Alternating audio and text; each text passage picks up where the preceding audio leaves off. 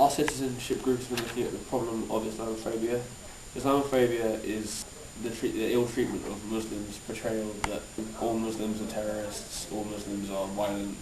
9/11, many people afterwards thought all Muslims have something bad to do to people. Obviously we think that this is wrong, and so we're looking into it as our project for citizenship. Today we're here with Mr. Huckle, who has taken an interest in our cause and is happy to answer some questions. Do you think all Muslims are like the stereotype that we've been given? Absolutely not. The fact is that a stereotype is by definition a generalisation based on a few examples, often rooted in ignorant opinions or people who don't really understand the issue.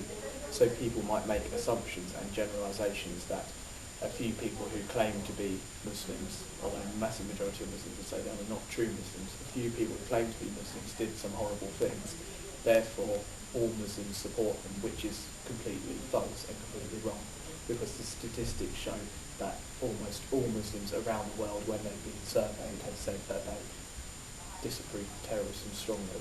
So the facts don't back up the stereotypes that are out there.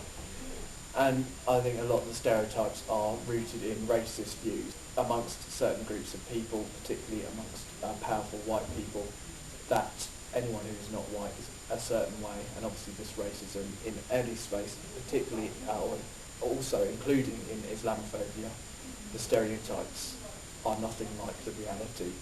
The fact that we need to remember and keep reminding people, and this is what you're doing in your project, is that everyone is an individual and no one can be defined by the group they are a part of. So to say that someone is a Muslim is to describe one part of their personality but not their whole identity.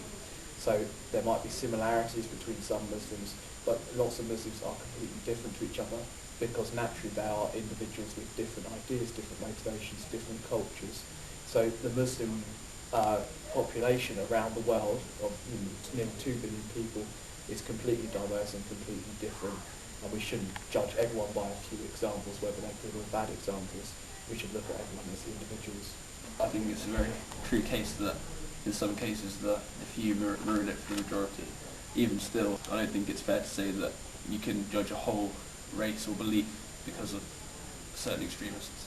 How much of a problem do you feel that the stereotype causes in our conduct today? It's been proven that it causes massive problems, because when you speak to people who commit hate crimes towards Muslims, or people who show discrimination towards Muslims, they are motivated by stereotypes and by prejudiced opinions that they hold, possibly from the media or possibly from their family members or friends. So you get different kinds of discrimination. Some discrimination is motivated by people believing stereotypes to be true, and they're persuaded by these prejudiced opinions. And it might just create a culture where people suck up these kind of, or absorb these negative views from society around them. Other times, hate crimes and racist attacks are actually provoked directly by stereotypes. And it's interesting that the first revenge attack, or what was claimed to be a revenge attack after 9/11 in New York, was the murder of a Sikh man who was wearing a turban, and the person who murdered him did it because they thought they were a Muslim and assumed they would be an extremist. So it's not just Muslims who are victims of hate crime because of Islamophobia. That stereotype that anyone who looks a certain way and has a certain colour of skin is a terrorist directly led to that attack.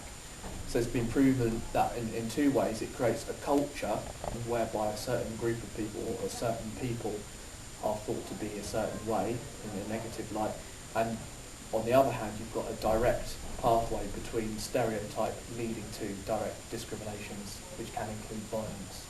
It's not fair to say that people who, Sikhs for example, who are looking even slightly like what a Muslim is portrayed to be after 9/11. The stereotype. Yeah, stereotype, exactly. It's not the same to say that and they shouldn't suffer because of that. But do you think that 9/11 is the only cause of this stereotype? No, not at all, because for a long time throughout history there's been a record of negative, certainly in what we might call the Western world, negative prejudice towards Muslims or people who are from countries where there are high Muslim populations, particularly what we might call Arab countries. I'm talking about countries in the Middle East. a scholar called Edward Said, writing in the 1900s, talks about Orientalism, which is treating people who are not from the Western world as if they were other or completely different from people in our own countries in the Western world, although to use the term Western world is problematic in many ways. But so there are people who have pointed towards literature and art throughout the centuries where there is negative portrayals and prejudiced opinions of people who are from countries that are not predominantly white or predominantly Christian, and that's included prejudice towards Muslims. However, of course, in your generation and in my generation, 9/11 was an event that massively increased prejudice and Islamophobia in recent years. So, no, certainly the recent terrorism that's been committed in the name of Islam did not create stereotypes or Islamophobia. It might have made it more prominent and made it worse for a period of time, but it was around before that. How has the stereotype affected global and local Islamic community? So, local Muslims in Berkshire and in Reading, when I talk to my friends who are Muslims and Muslims I know, they have experienced people who have prejudiced views, which can range from things which might not seem serious, but of course are minor things, such as people not wanting to sit next to them on the bus, assuming because they are Muslim, or young people in schools reporting that they've been called names because of their religion or their cultural background. And nationally around the UK, the same reports are being heard time and time again, including larger things like mosques being having windows smashed in or burnt to the ground, and the logical conclusion is that's because they were committed by Islamophobic people. So it's something that's happening locally and also nationally and around the world as well. How much do you think this ill stereotype makes non-Muslims uncomfortable? Part of Islamophobia, if you look at the term Islamophobia, it obviously contains the phrase, the word phobia. And lots of people say that Islamophobia, discrimination towards Muslims, is rooted in a fear, and that it's perfectly conceivable that some Muslims do have an irrational fear, and it's important we say an irrational fear of Muslims, because there's no reason to fear someone just because they're given this label of Muslim. But it seems to be created by the media, who report time and time again and use phrases like Muslim terrorist or a Muslim man committed this crime. Whereas if they were reporting about someone who wasn't Muslim, they wouldn't necessarily use the phrase a Christian man or a Hindu man has committed a crime. So the media associates Muslims with crime and with terrorism repeatedly. If you look at the statistics over the last however many years in Europe, in recent years certainly, most terrorism has not been committed by Muslims. Most terrorism has been committed by nationalist groups and separatist groups, who are kind of political extremist groups throughout Europe. But the Islamic terrorism receives a lot more airtime in the media, and that is always in the papers. And you get some shocking things like when the Pope was visiting Britain, and a newspaper claimed on the front page that Muslims, direct quote, were plotting to kill the Pope, and it turns out this was completely untrue, and it went from a front page spread containing the word Muslim plot to kill the Pope to a tiny retraction the next day on one of the back pages saying that this wasn't actually true. The media and news and films seem to create the fear. Yeah. And you look at things like James Bond films, and there's often an Arab man who's about to blow up the world.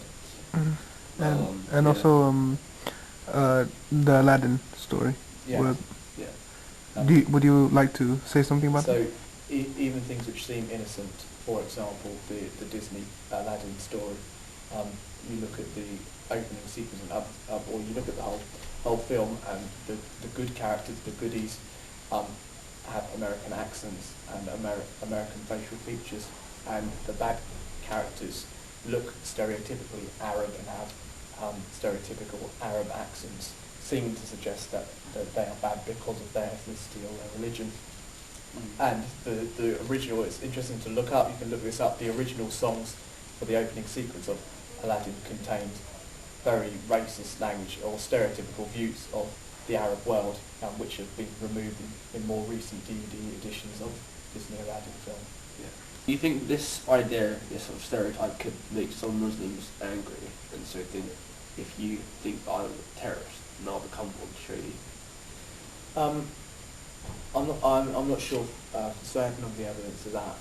There are some people argue that terrorism is in part encouraged or caused by the bad treatment of Muslims around the world, and they particularly focus on British and American foreign policy in terms of the war in Iraq, the war in Afghanistan, and throughout the Middle East, the wars that we've been involved in. Some people would claim that that encourages people to become terrorists because America and Britain are involved in these wars, but I'm not sure for certain whether that's the case.